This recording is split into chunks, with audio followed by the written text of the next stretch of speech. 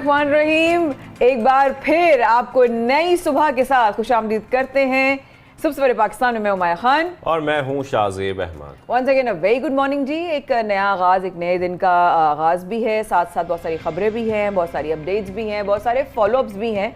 अगर हम बात करें इस वक्त पॉलिटिकल सिनेरियो की तो भी बहुत सारी अपडेट्स हैं आपके लिए आज के प्रोग्राम में शाहज़ेब। लेकिन प्रोग्राम का आगाज़ हम सुबनामा में कर रहे हैं। वज़ीर आज़म इमरान खान ने पेट्रोल और डीजल सस्ता किया, साथ में बिजली भी सस्ती की, लेकिन ये सस्ती करने के बाद जो सनती पैकेज है वो भी इन्होंने दे दिया है और ओवरसीज़ पाकिस्तानियों को सरमायाकारी पर 5 साल की टैक्स छूट और स्मॉल एंड मीडियम इंडस्ट्रीज़ के लिए पुरकशिश मराद का ऐलान भी साथ में किया गया है। हाँ बिल्कुल, उन्होंने लाहौर में आई थिंक खिताब करते हुए ये ऐलान किया और बोले कि जो पैकेज दिया वो बहुत पहले देना चाहिए था। उन्होंने ये भी कहा और रुकावटें ख़त्म कर दी। अब पाकिस्तान तेज़ी से जो है वो तरक्की करेगा और लॉन्ग टर्म पॉलिसीज़ के ज़रिए पाकिस्तान को सनती मुल्क बनाएंगे। वज़ीर आज़म इमरान खान ने कहा मुल्क में एक माह में महंगाई 1.15% बढ़ी।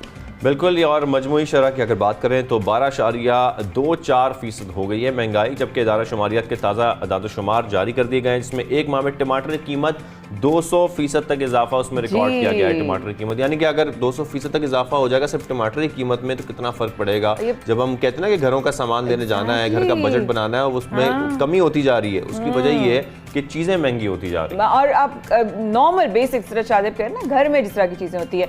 कल रात की ही बात है, भाभी कही थी पता है टमाटर इतने महंगे हो गए, तो मैं ये सोचा नहीं कि एक आम आदमी तक पहुंचते पहुंचते जो चीज़ उसकी बेसिक्स है तो टमाटर के बगैर अब खाना बनाने की तैयारी पहले ये भी कहा जाता था कि टमाटर अगर महंगे हो रहे हैं तो आप दही का इस्तेमाल कर लेंगे। अब तो दही भी महंगी होगी, टमाटर भी महंगे होंगे तो आप क्या इस्तेमाल करेंगे, ये एक सवाल पैदा होता है। चीजों से इस्तेमाल न करें। साथ में आपको ये बताएं कि सब्जियां भी 11% जबकि गोश्त 9% महंगा हुआ है। इसके साथ साथ आपको बताएं कि महंगाई का जिक्र हम कर रहे हैं लेकिन बड़ी सियासी हलचल चल रही है, मुलाकातें चल रही हैं और हमने ये भी देखा तहरीक अदम एतमाद के जो अपोजिशन की जानब से कहा गया, उसका ऐलान किया गया है, उसके बाद से सबसे पहले पंजाब में तब्दीली लाने की कोशिशें की जा रही हैं। पंजाब में मुलाकातों का सिलसिला बहुत तेज़ हो चुका है, वहाँ में मुशावरतें बहुत तेज़ हो गई हैं। जैसा कि गुज़िश्ता चंद रोज़ में हम देख रहे हैं कि हुकूमती और अपोजिशन जमातें पंजाब में इंतहाई मुतहर्रिक नज़र आ रही हैं। साथ में आम मुलाकातें हो रही हैं और मुलाकातों के साथ साथ टेलीफोनिक राबते हो रहे हैं। चौधरी बरादरान की अगर बात की जाए, चौधरी बरादरान से मुलाकातें तवज्जो का मरकज़ इस वक्त पंजाब में खासतौर पर बनी हुई हैं और हम देख रहे हैं कि मुख्तलिफ जो अपोजिशन रहनुमा है उनसे जाकर मुलाकातें कर रहे हैं या उनसे रब्ता कर रहे हैं। तो इन राब्तों के पीछे क्या कहानी है, क्या वजूहात हैं और पंजाब की सियासत किस तरफ जा रही है, ये जानना बहुत ज़रूरी है। साथ में हम ये बताएं कि वज़ीर आज़म इमरान खान की भी लाहौर आमद हुई।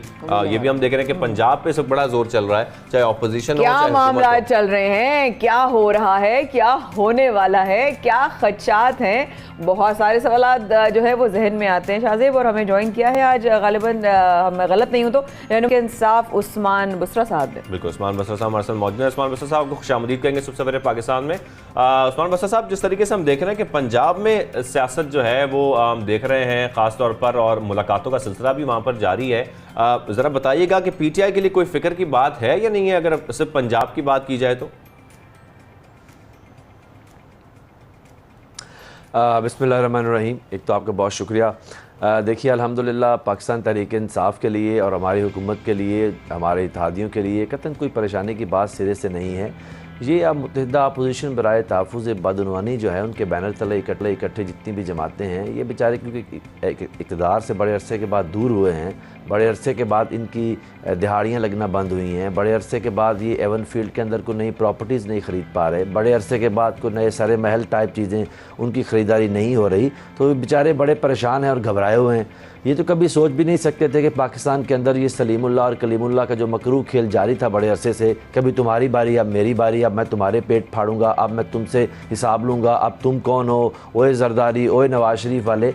तो ये जो इनकी बारियाँ लगी हुई थी तो ये बारियाँ उनकी टूट गई हैं, तो बेचारे परेशान हैं, सड़कों पर मारे मारे फिर रहे हैं, हाथ में कशकोल उठा के 2-4 वोटों के लिए, कभी उसके घर जा रहे हैं, कभी उसके हाथ धक्के खा रहे हैं, कभी कहते हैं जी मिलियन मार्च लेके आएंगे, कभी फजलुर रहमान साहब को रेंट करते हैं, कभी मदरसे के बच्चों को लेके आते हैं, कभी कहते हैं आरिया पार होगा, कभी कहते हैं जी हम इस्तीफ़े दे रहे हैं, कभी कहते हैं हम तो ये सारी बातें असल में ये जो अपोजिशन है, जो मुत्तहिदा अपोजिशन बराए तहफ़्फ़ुज़ बदउनवानी है, जो जिनमें देखिए एक चीज़ कॉमन है, कहते हैं ना कि जहाँ दोस्ती होती है वहाँ कुछ कॉमनैलिटीज़ होती हैं, इनमें एक ही चीज़ कॉमन है, सारे नैबज़दा हैं, तकरीबन सारे चोर हैं, कुछ सज़ा याफ्ता हैं, बाकी लाइन में लगे हुए हैं।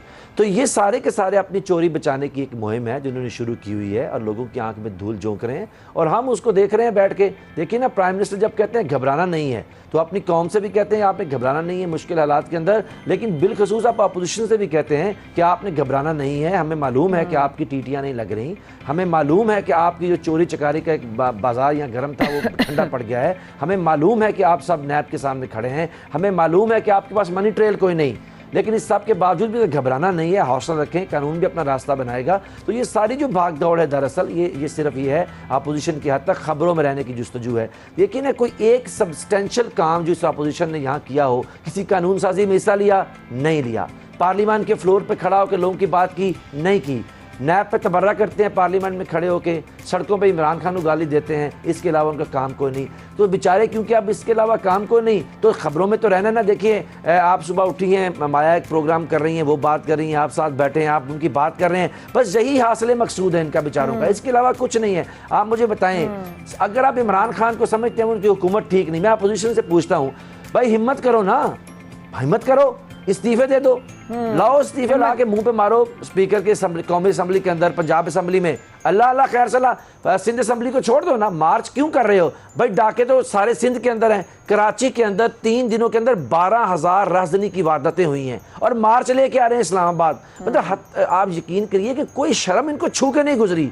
अच्छा। बच्चे मारे हैं भूख से, अफलास से सिंध के अंदर, स्कूल को नहीं है सिंध के अंदर, असातिज़ा को नहीं है सिंध के अंदर, अपना WHO ने इमरजेंसी नाफिज की है। अगर हम पंजाब की सियासत की बात करें, अगर हम खास तौर पर पंजाब की सियासत की बात करें तो तकरीबन 14 साल के बाद शहबाज शरीफ ने चौधरी बरादरान से मुलाकात की है, वज़ीर-ए-आज़म पाकिस्तान भी वो भी मुलाकात करके आए हैं। ज़रा बताइएगा ये मुलाकात में क्या बातचीत हुई, कुछ अंदरूनी कहानियां हमारे साथ शेयर कर सकते हैं?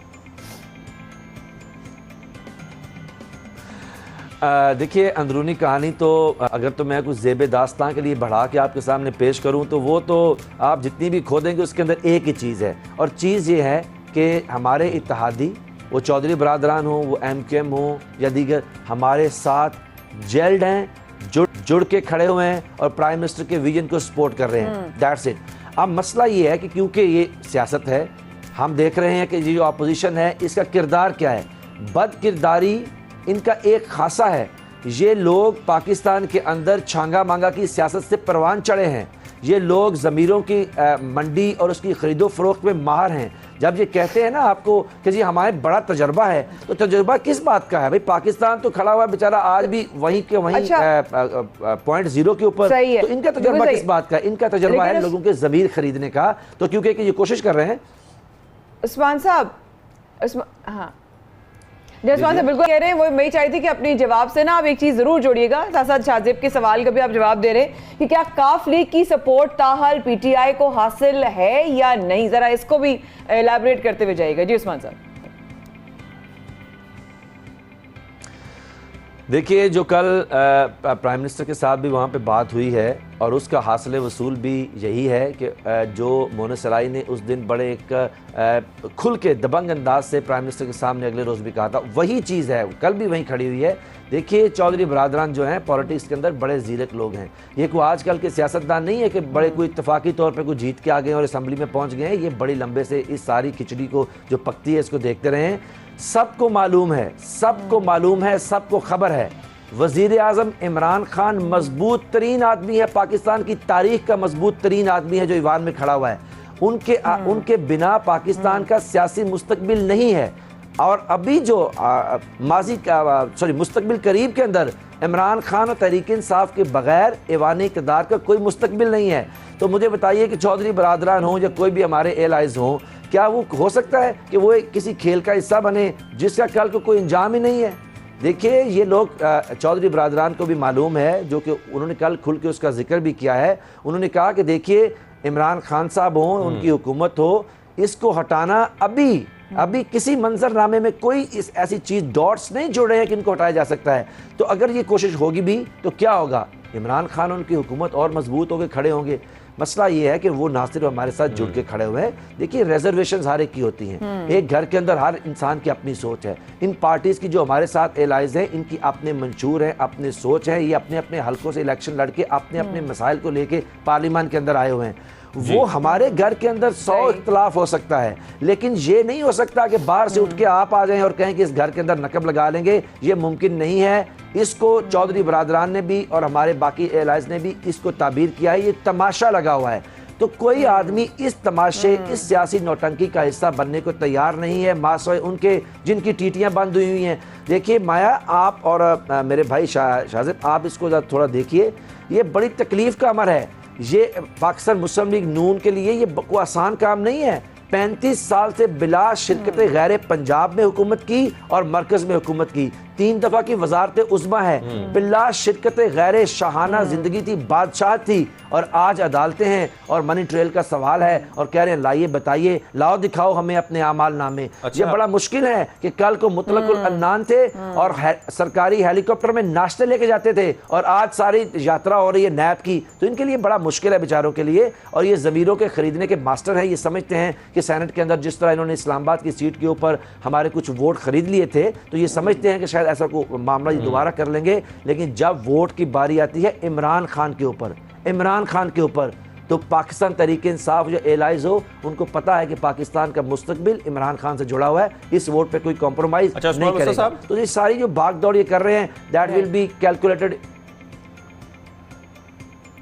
जी उस्मान साहब, साथ में ये बताइएगा हुकूमत की अब क्या हिकमत अमली होगी? जिस तरह से हम देख रहे हैं कि एक तरफ लॉन्ग मार्च जारी है पीपल्स पार्टी की जानिब से, दूसरी तरफ शहबाज शरीफ साहब जो है उन्होंने मुलाकातें तेज़ की हुई हैं पंजाब में ख़ास तौर पर। तो हुकूमत इस वक्त इनका कोई तोड़ निकालने जा रही है या आप समझते हैं कि तोड़ की ज़रूरत ही नहीं है?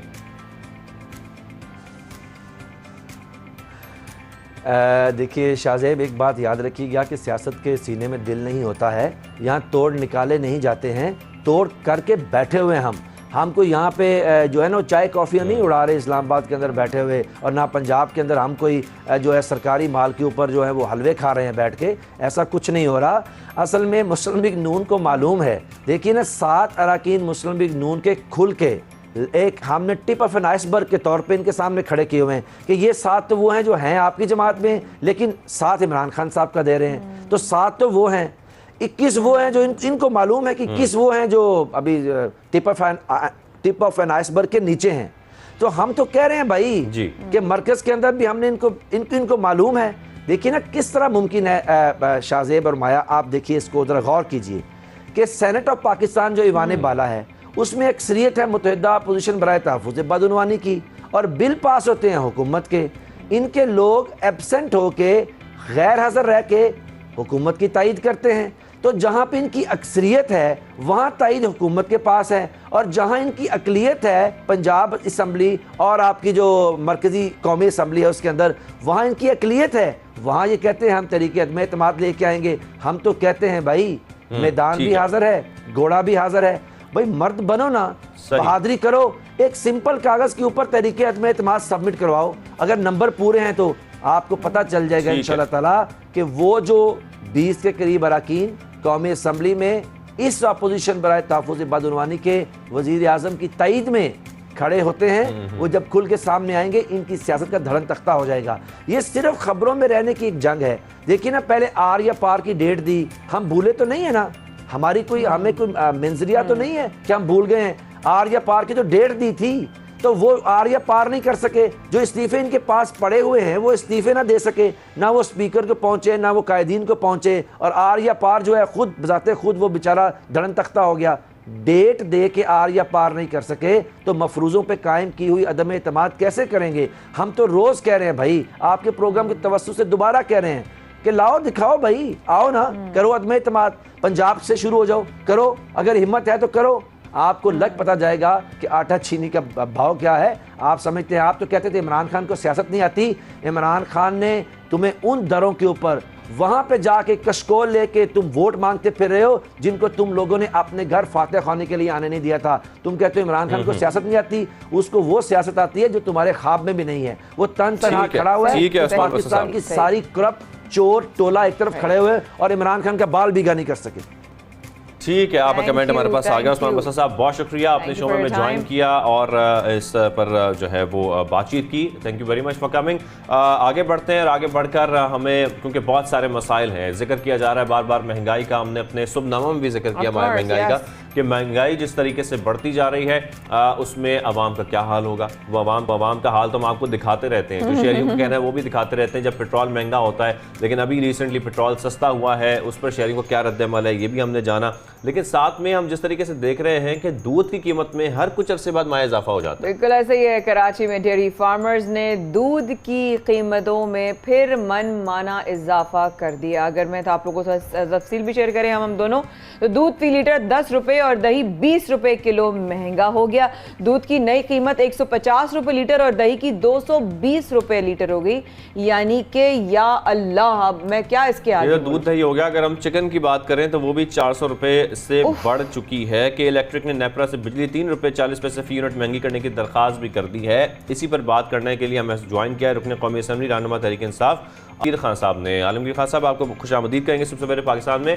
आलमगीर साहब, जिस तरीके से हम देख रहे हैं कि एक तरफ हम देख रहे हैं कि वज़ीर-ए-आज़म पाकिस्तान इमरान खान जो है वो पेट्रोल भी सस्ता कर रहे हैं, बिजली की कीमतें भी सस्ती कर रहे हैं, और दूसरी जानब हम ये देख रहे हैं कि हर चीज़ जो है वो सस्ती होने के बजाय महंगी होती जा रही है। कहा तो ये जाता है कि जब पेट्रोल सस्ता होता है तो बाकी चीज़ें सस्ती होती हैं। यहाँ तो दूध भी महंगा हो रहा है, टमाटर भी महंगे हो रहे हैं, चिकन भी महंगी हो रही है, दही भी महंगा हो रहा है। और देखें, एक तो चीज़ ये कि सिंध का मामला बिल्कुल मुख्तलिफ है। वो ये एक तरफ अभी बिलावल जरदारी उधर कहता है कि हमारे रॉन्ग मार्च की वजह से जो है वो ये कीमतें सस्ती कर दी पेट्रोल में और डीजल में। तो ये पहले अपने सिंध की कीमतें तो सस्ती करवा दे इस मार्च के ज़रिए।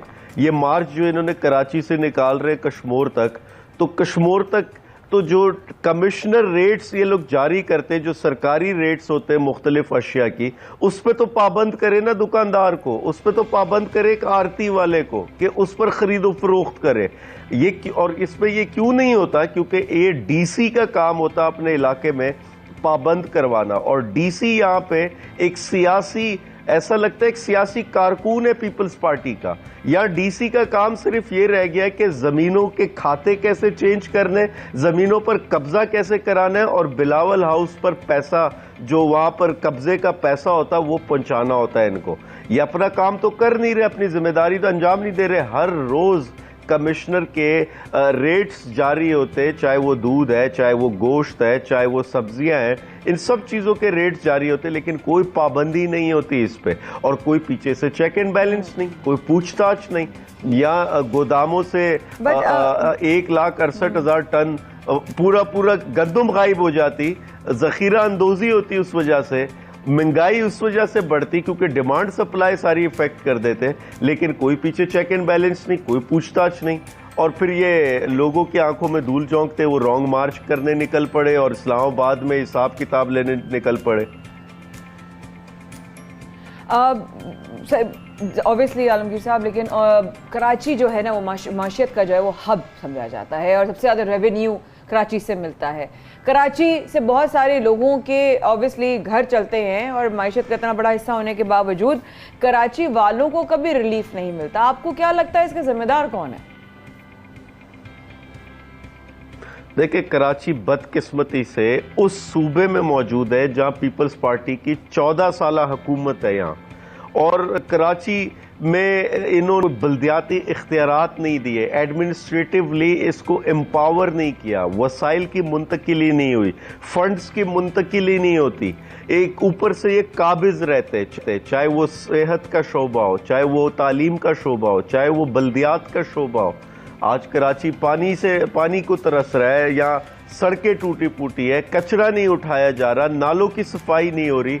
तो ये, और फिर 18वीं तरमीम के बाद सारा इख्तियार सूबे के पास है, इनका डोमेन है ये काम इस पर करना। मुझे बताएं, कोई लाहौर में वफाकी हुकूमत जाके नाले साफ करती है या कचरा उठाती है या वहाँ की सड़कें बनाती है? पेशावर में वफाकी हुकूमत जाती है और मेट्रो बस BRT बनाती है या वहाँ के नाले साफ करती है? ये सूबाई हुकूमत का काम होता। लेकिन आलमगीर साहब, जिस तरीके से हम कह रहे हैं और आप जिक्र कर रहे हैं कि जो कराची के शहरी हैं वो वोट देते हैं पीटीआई को, हुकूमत होती है, इख्तियार होता है सिंध हुकूमत के पास, लेकिन आखिर में हमें सिर्फ ये मालूम होता है कि चाहे शहरियों के जितने भी मसाइल हैं, महंगाई के हों, स्ट्रीट क्राइम के हों, सड़कों का टूटना हो, हर कदम पर जो मुश्किलात हैं, गंदगी है, जितने भी मसाइल हैं, वो तमाम मसाइल का सामना कराची के शहरियों को करना पड़ता है। तो फिर इस पर जिम्मेदार किसको ठहराया जाए? इसका जिम्मेदार आईनी कानूनी तौर पे पीपल्स पार्टी की हुकूमत है, क्योंकि 18वीं तरमीम के बाद इदारे उनके पास है। देखिए, वोट तो लाहौर से नून लीग को पड़ा, नून लीग के एमएनएज वहां से मौजूद है, लेकिन सवाल वहां से सूबाई हुकूमत से किया जाता है, क्योंकि इदारे उनके पास है। चीफ मिनिस्टर उनका है, डोमेन उनका है, बल्दियाती इदारे, मशीनरी सारी उनके पास है। इसी अंदाज में यहाँ पर Karachi water and sewerage board, KMC, DMC, KDA, SBCA, Sindh solid waste management, ये सब, चाहे वो हेल्थ का शोबा हो, एजुकेशन का शोबा हो, पुलिस हो, डीसी इंतजामिया हो, सब पीपल्स पार्टी की हुकूमत के पास है। और बदकिस्मती से एक माफिया के तर्ज में यहाँ पर हुकूमत की जाती। इनके बीटर्स मौजूद हैं हर महकमे में, हर शोबे में। वो बीटर्स पैसा बना कर देते और बिलावल हाउस पहुंचाया जाता। और इनकी पूरी सियासत, ये जो रॉन्ग मार्च अभी इन्होंने निकाला, इसका पैसा कहाँ से आ रहा है? ये इन्हीं इदारों से पैसा चूस के यहाँ पर सियासी जलसे किए जाते और इलेक्शन कैंपेन्स का खर्चा निकाला जाता। तो ये पिछले 14 साल की कारकर्दगी है, उसका हम यहाँ पर फल खा रहे हैं। बदकिस्मती ये होती कि इंटीरियर से वडेरे जीत के आ जाते हैं मेजॉरिटी में, और फिर कराची वाले उन्हीं वडेरों को जो है वो बर्दाश्त करते और उसका हम नतीजा भुगत रहे होते। आलमगीर साहब, एक सवाल करना चाह रही हूँ इजाज़त के साथ। अब ऑब्वियसली बहुत सारी मुश्किलात हैं, हम एक हो तो गिनवाएं। ऑब्वियसली स्ट्रीट क्राइम्स की बात करते हैं अगर, तो बाकी सारी चीज़ें के नामुनासिब जिस तरीके से सहूलियात हैं उनकी भी बात नहीं करते। स्ट्रीट क्राइम्स अचानक से बहुत ज़्यादा जो है वो हाई रेट हो गया है। हर जगह हम देख रहे हैं, कभी किसी फैमिली, कभी कोई इंसान, कभी कोई गरीब, कोई मेहनत कश इंसान, हर एक के साथ कहीं ना कहीं कोई ना कोई विक्टिम हो रहा है। अब इसका जिम्मेदार हम ये कहें कि कोई कौन है, हम ये ढूंढें, हम तो सिर्फ सवाल कर सकते हैं कि स्ट्रीट क्राइम्स को रोकने के लिए क्या कोई इकदाम लिए गए हैं कि हम मजीद अपनों के और जानों को ना खोएं? देखिए, मैं आपको इंतहाई वसूख से कह रहा हूँ, स्ट्रीट क्राइम का मौजूदा निज़ाम में कुछ नहीं हो सकता। जो इस वक्त यहाँ सिंध में और स्पेशली कराची में जो पुलिस है, पुलिस का काम है ना स्ट्रीट क्राइम रोकना। अब फौज तो नहीं आएगी स्ट्रीट क्राइम रोकने, पुलिस की कैपेसिटी नहीं है। इस शहर में सेफ सिटी प्रोजेक्ट नाम की चीज़ ही नहीं है। इस शहर में कोई सीसीटीवी कैमरास, कोई मॉनिटरिंग, कोई इंटेलिजेंस कुछ है ही नहीं इनकी। हमें कोई वारदात होती है उधर कोई आसपास करियाने स्टोर से या कोई बैंक के सीसीटीवी कैमरा से फुटेजेस लेनी पड़ती, कोई प्राइवेट कैमरा देखना पड़ता कि शायद कोई फुटेज मिल जाए। इसके अलावा यहाँ पे शहर में थाने बिकते हैं, यहाँ एसएचओस पैसे दे के अपने मनपसंद थाने पे आते और जितना पैसा उन्होंने दिया होता फिर वहीं अपने थाने के जराइम पेशा अफराद से वो पैसा रिकवर करते। एक एक चोर डकैत की पुलिस को खबर होती लेकिन नहीं पकड़ा जाता उनको। मंशात के अड्डे खुद चलवाए जाते, जुए के अड्डे खुद चलवाए जाते, वहां से पैसा थाने में मंथली बंधा हुआ होता। यहाँ जितने पुलिस वाले हैं ये वारदातों में मुलविस होते क्योंकि मेरिट के खिलाफ आए ये लोग। एक्स आईजी सिंध की स्टेटमेंट है कोर्ट में कि 6000 उसने इलीगल भर्तियां की है पुलिस में। ये 6000 लोग कौन थे? ये वो कांस्टेबल सिपाही है जो पैसा देकर भर्ती हुए। अब जो 5 से 10 लाख रुपए देकर पुलिस में आया है, आपको नहीं लगता वो अपनी रिकवरी करेगा जो पैसा उसने खर्च किया?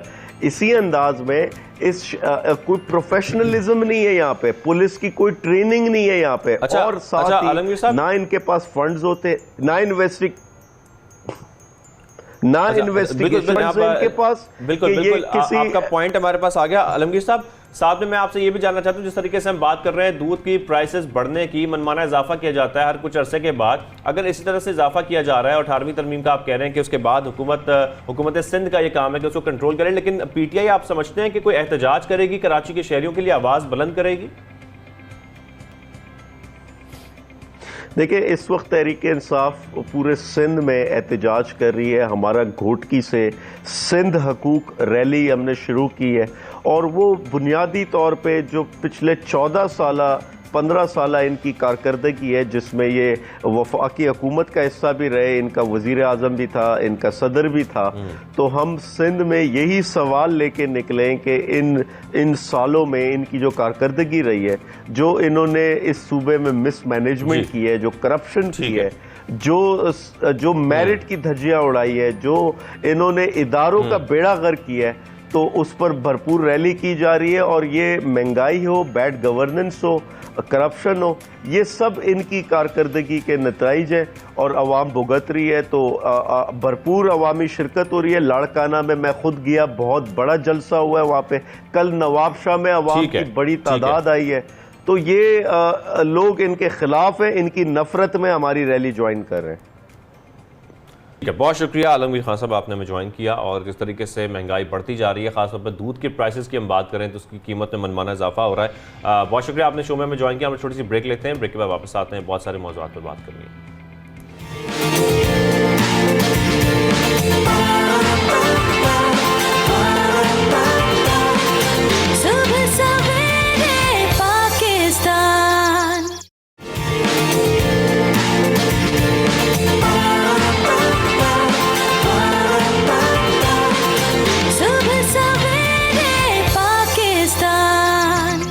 एक बार फिर हमारे साथ रहने का बहुत शुक्रिया। आप देख रहे हैं सुबह सवेरे पाकिस्तान, शाहज़ेब अहमद और माया खान के साथ। और अब एक बात अगर आपको बताएं कि इस्लामाबाद हाई कोर्ट ने हुक्म सुना दिया है, और वो ये कि 18 साल से कम उम्र की कोई शादी नहीं होगी। 18 साल से कम उम्र की शादी गैर कानूनी समझी जाएगी। बिल्कुल गैर कानूनी समझी जाएगी। इस्लामाबाद हाई कोर्ट ने हुक्म सुनाया है। साथ में फैसले में ये भी कहा गया है कि 18 साल से कम उम्र लड़की मर्जी से आज़ादाना शादी भी नहीं कर सकती।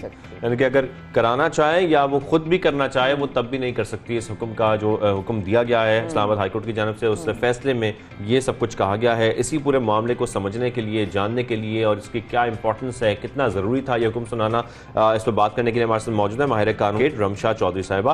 रमशा साहिबा, आपको खुशामदीद करेंगे सुबह सवेरे पाकिस्तान में। रमशा साहिबा, जिस तरीके से एक बड़ा अहम फैसला, एक बड़ा अहम हुक्म सामने आया है इस्लामाबाद हाई कोर्ट की जानिब से कि कम उम्र शादी गैर कानूनी अब समझी जाएगी, चाहे वो आज़ादाना हैसियत में करना चाह रही है या उनकी कराई जा रही है, इसको अब गैर कानूनी करार दिया गया है। इस अदालती फैसले को आप कैसे देखती हैं और कितना ज़रूरी था ये फैसला? जी थैंक यू। सबसे पहले तो इस जजमेंट को अगर हम देखें तो उसके अंदर 2 पॉइंट्स डिस्कस हुए हैं। पहला पॉइंट था कि लड़की अपनी मर्जी से शादी जाके कर सकती है कि नहीं, और दूसरा पॉइंट था कि वेदर पेरेंट्स उसकी शादी करवा सकते हैं कि नहीं। तो हमारा जो पाकिस्तान का लॉ है ऑलरेडी, वो लड़की को प्रोहिबिट करता है, वो रोकता है उसको कि अपनी मर्जी से वो शादी नहीं कर सकती जब तक वो 18 साल की नहीं हो जाती। तो ये तो हमारा पाकिस्तान का कानून भी इस बात को एक्सेप्ट करता है और ये पहले से एक लेड आउट प्रिंसिपल है। दूसरा जो पॉइंट है जहां पर माँ बाप को रोका जा रहा है कि लड़की 18 साल से कम हो तो उसकी शादी ना की जाए, ये तो सीधा सीधा हमारे इस्लामिक प्रिंसिपल्स के साथ कॉन्ट्रडिक्ट कर रहा है, क्योंकि हमारे इस्लामिक प्रिंसिपल्स ये कहते हैं कि लड़की जब अपनी एज ऑफ प्यूबर्टी अटेन करती है, जब वो बालिग हो जाती है, तो आप उसकी शादी कर सकते हैं। तो ये एक बहुत ही कॉन्ट्रडिक्टिंग सी जजमेंट आई है and it is not going in compliance with the Pakistani laws and it is not going in compliance with the Islamic principles as well. तो जिस एक्सटेंट तक ओन फ्री विल वाली बात है बच्चे की, वो तो एक्सेप्टेबल है, बट जहां पर बात आ जाती है माँ बाप की शादी बच्ची की करवाने की, वो थोड़ा सा कॉन्ट्रडिक्टिंग है, क्योंकि फिर वो अमेंडमेंट्स मांगते हैं लॉ के अंदर। या तो फिर अब अमेंडमेंट आए लॉ के अंदर, कोई एक्ट पास हो, कोई बिल पास हो, तो फिर हम इस चीज को कंसिडर करेंगे। तो इसका मतलब है रिमशा कि अगर कोई भी शख्स कम उम्र लड़की की शादी कराना चाहे या करवाता है तो उसको फिर कानूनी तौर पर सजा भी होगी? जी, हमारा यहाँ पर एक बिल पास हुआ था 2019 में, चाइल्ड मैरिज रिस्ट्रेंट बिल। तो उस बिल के अकॉर्डिंगली अगर आप बच्ची की शादी करवाते हैं, she is below the age of 18, तो एक तो पहले उन्होंने 16 से एज गैप, इसमें एज ब्रैकेट को 18 तक लेके गए थे इस बिल के थ्रू, और इसके अंदर उन्होंने फाइन तकरीबन 1 से 2 लाख का, और इसके अंदर इम्प्रिजनमेंट 1 से 2 महीने की इसमें रखी थी। तो ये एक ऑलरेडी इन्होंने बिल पास किया था, keeping in mind the international convention of child rights of child, तो उसके अंडर इन्होंने इस बिल को पास किया था। लेकिन हमारे सामने बहुत केसेस आते हैं जिसके अंदर नहीं फॉलो किया जाता। कितनी बच्चियां होती हैं जो अपनी मर्जी से भी शादी करके आती हैं और उनके पेरेंट्स भी शादी करवाते हैं और बच्चियों को कोई बीच में ऑब्जेक्शन नहीं होता। तो अगर आपका वली साथ बैठा हुआ है and if you are below the age of 18 तो you can marry, you can marry, right. अच्छा, अब मुझे एक सवाल बस आ रहा है जहन में, वो ये कि इस फैसले का, मैं एक आम इंसान हो सकता है कोई गुस्ताखी ना हो जाए, लेकिन इजाजत के साथ कि इस फैसले को करने की वजूहात किन बेसिस पे ये इस फैसले को लिया गया? आपको पता तो है पाकिस्तान के आजकल हालात कितने खराब हो गए हैं, पावर्टी इंक्रीज हो गई है। लड़कियां करती क्या है, व्हाट हैपेंस इज, हमारे सामने जब अंडर एज लड़कियों की शादियां कर दी जाती हैं, खुला के केसेस बहुत ज़्यादा फिर फाइल होते हैं, डोमेस्टिक वायलेंस के केसेस बहुत ज़्यादा फाइल होते हैं, क्योंकि जितनी कम उम्र की लड़की होती है उस पर उतना तशद्दुद होता है। तो बिल्कुल सही कहा। This is not new you know thing. Plus हमारी आजकल सोसाइटी के अंदर ये कल्चर बनता जा रहा है। वी ऑल नो कि कम उम्र में लड़कियों की शादियां की जा रही हैं। हम लोग इंस्टा पे, टिकटॉक पे, हर जगह देखते हैं कि छोटे छोटे बच्चे हैं, उनकी शादियां हो रही हैं। तो personally I am also of the view के कम उम्र में जितनी शादियां करेंगे उतने इंक्रीज डिवोर्स रेट्स होंगे। बच्चों को समझ नहीं होती। Obviously after the age of 20-21 you attain that maturity. अच्छा रमशा, मैं यहाँ पर ये समझना चाह रहा हूँ आप सब पर, और जो हमारे नाजरीन है वो भी यकीनी तौर पर ये जानना चाह रहे हैं कि इस फैसले से पहले, इस इस्लामाबाद हाई कोर्ट के हुक्म से पहले अगर हम कवानीन की बात करते हैं तो वो कवानीन क्या कहते हैं? अगर 18 साल से कम उम्र में किसी बच्ची की शादी कराई जाती है या वो करती है, आज़ादाना हैसियत में भी करती है, तो उसकी सजाएं क्या हैं?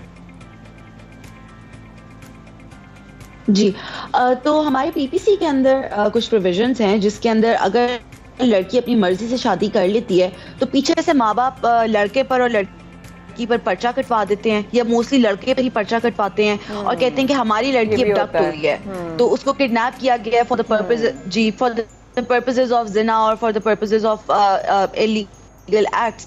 तो ये हमारे पास बहुत ज्यादा इस तरह की इंस्टेंसेस, केसेस भी बहुत ज्यादा आते हैं।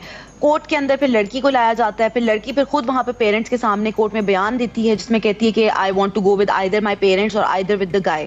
तो ये एक सिचुएशन है। और दूसरा ये कि फोर्सेबल मैरिज तो कहीं पे भी अलाउड ही नहीं है, फोर्सेबल मैरिज प्रोहिबिटेड है। एक बात और भी जरा आपकी रहनुमाई अगर आप हैं तो आपके होने का जरूर भरपूर फायदा उठाते हैं। एक सवाल बस आ रहा है जहन में कि मैंने एक्चुअली एक दफा एक केस कवर किया था, उस पर बच्ची आई और बच्ची ने कहा जी मैं 18 साल की हूँ और मैंने अपनी मर्जी से शादी कर ली है, ठीक है।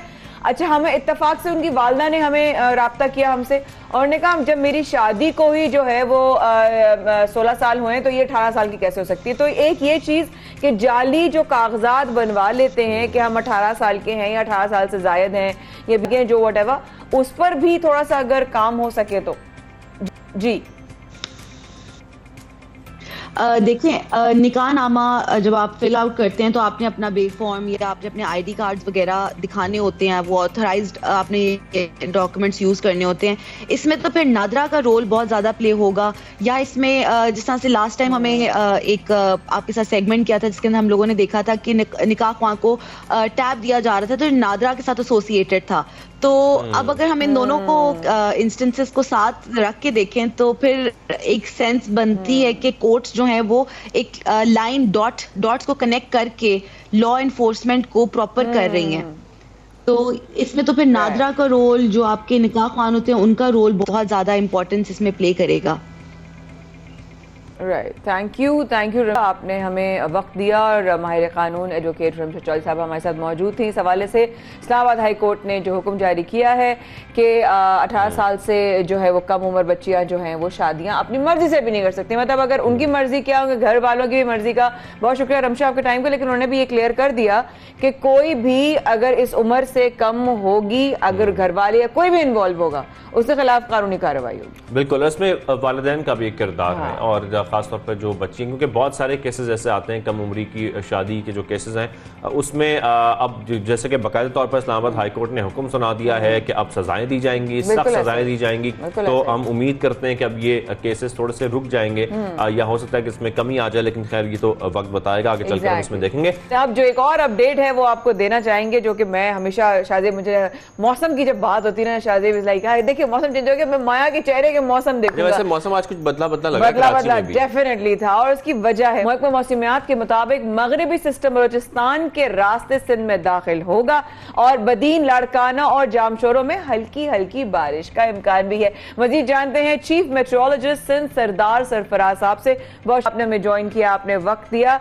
सरफराज साहब ये बताइए सरदार जी कि क्या इम्कानात हैं शहर में बारिश के, बादल होंगे नहीं होंगे, दर्जा हरारत में कितना फर्क आएगा? जी बहुत शुक्रिया जी। कराची में फिलहाल तो नहीं लग रहा जी कोई चांस है। इसके बाद एक और स्पेल है जो 5 और 6 मार्च को जो एंटर होगा, वो भी बलूचिस्तान के रास्ते से शुमाली और मशरकी बलूचिस्तान और फिर पंजाब पूरे में उस स्पेल के नतीजे में बहुत अच्छी बारिश है। केपी में, पंजाब में, उधर मरी की तरफ और चतराल, कालाम, सवात, उन सभी जो नॉर्दर्न एरियाज हैं, स्कर्दू और गिलगित वगैरह, उन एरियाज़ में जो पहाड़ी इलाके हैं वहाँ पर स्नोफॉल भी अच्छी मुतवक्की है अगेन, और अच्छी बारिश होगी उसके नतीजे में। लाहौर तक, फैसलाबाद और इधर गुजरांवाला, सियालकोट, इन सभी इलाकों में अच्छी बारिश हो जाएगी।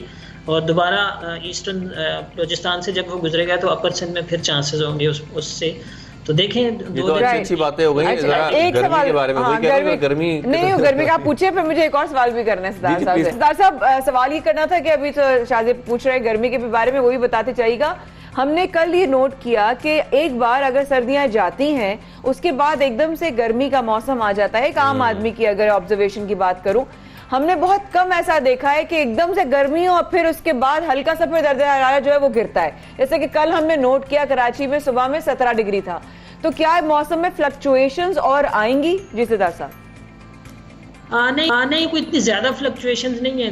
देखिए वही जो किसी दिन असल में कराची का जो टेम्परेचर होता है और वेदर आपको पता है कि वो विंड के उस पर डिपेंड करता है। यानी जिस दिन आज दिन में वेस्टर्ली फ्लो होगा, मगरिब या जनूब मगरिब से हवा का रुख रहेगा, रात में अगर वो नॉर्थ वेस्टर्ली हो जाएगा, ये जैसे ये स्पेल आगे निकल जाएगा तो दोबारा नॉर्थ वेस्टर्ली विंड हो जाएगी। शुमाल मगरिब से आने वाली वो निस्बतन ठंडी हवा होती है, तो 1-8 डिग्री टेम्परेचर नीचे आ जाता है। ओवरऑल यही 18 से 20 या किसी दिन 17 और यही रेंज रात के टेम्परेचर की, और दिन में वही 32-33 इस रेंज में रहेगा जी।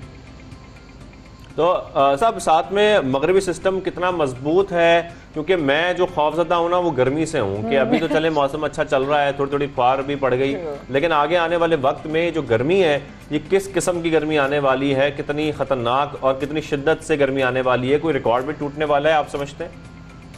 देखिए रिकॉर्ड टूटने की तो खैर और उसकी शिद्दत की अभी कुछ कहना कबलस वक्त होगा, लेकिन अच्छी बात यह है कि ये जो आगे पीछे 2 स्पेल हैं इसके वेस्टर्ली वेव के ना, तो उसके इन्फ्लुएंस में ये है कि कराची में भी एक तरह से फ्लो रहता है, वही वेस्टर्ली या साउथ वेस्टर्ली उसके नतीजे में। तो वो इतनी गर्मी पर मतलब एटलीस्ट मार्च के 2 हफ्ते तो इतनी कोई ज़्यादा गर्मी शर्मी नहीं है। अलबत्ता दिन में किसी दिन तेज़ धूप हो सकती है। मार्च का आखिरी हफ्ता जो होता है अमूमन वो फिर गर्मी शुरू हो जाया करती है कराची में, और फिर गर्मी का होता है क्योंकि रमज़ान आने वाले हैं आगे और रोज़ों का वो होगा, तो ऑब्वियसली दुआ गो हैं। बहुत शुक्रिया सर सरदार सरफराज साहब हमारे साथ मौजूद है, चीफ मेट्रोलॉजिस्ट सिंध। आपके वक्त का बेहद शुक्रिया। इस मौसम को बरकरार रखते हैं जो कि सुबह सवेरे पाकिस्तान का है। रहिएगा हमारे साथ, विल बी राइट बैक।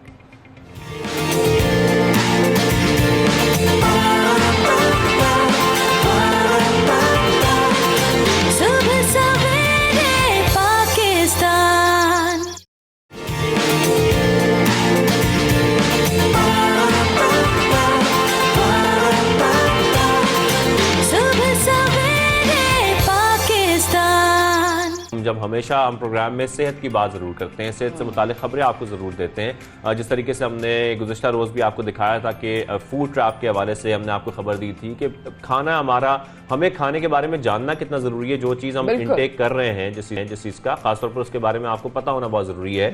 उसका ऑर्गेनिक होना बहुत ज़रूरी है। आपको पता होना चाहिए सिस्टम में क्या जा रहा है। और मुझे बहुत सारी नॉलेज नहीं थी, मुझे इसलिए नॉलेज नहीं थी बिकॉज मैंने कभी इस तरफ जोर ही नहीं दिया। And I am very sure आप लोग भी नहीं ध्यान देते होंगे। कल मैं और शाजिब जब हम देख रहे थे फूड ट्रैक, तो उस पर इस तरीके से उसके जो न्यूमेरिकल या अल्फा न्यूमेरिकल उसकी जो फॉर्मूलाज हैं जो हमें नहीं पता होते, साथ साथ मैं और आप एक जो जहां पे फंस जाते हैं ना, वो मिथ्स हैं शाजिब।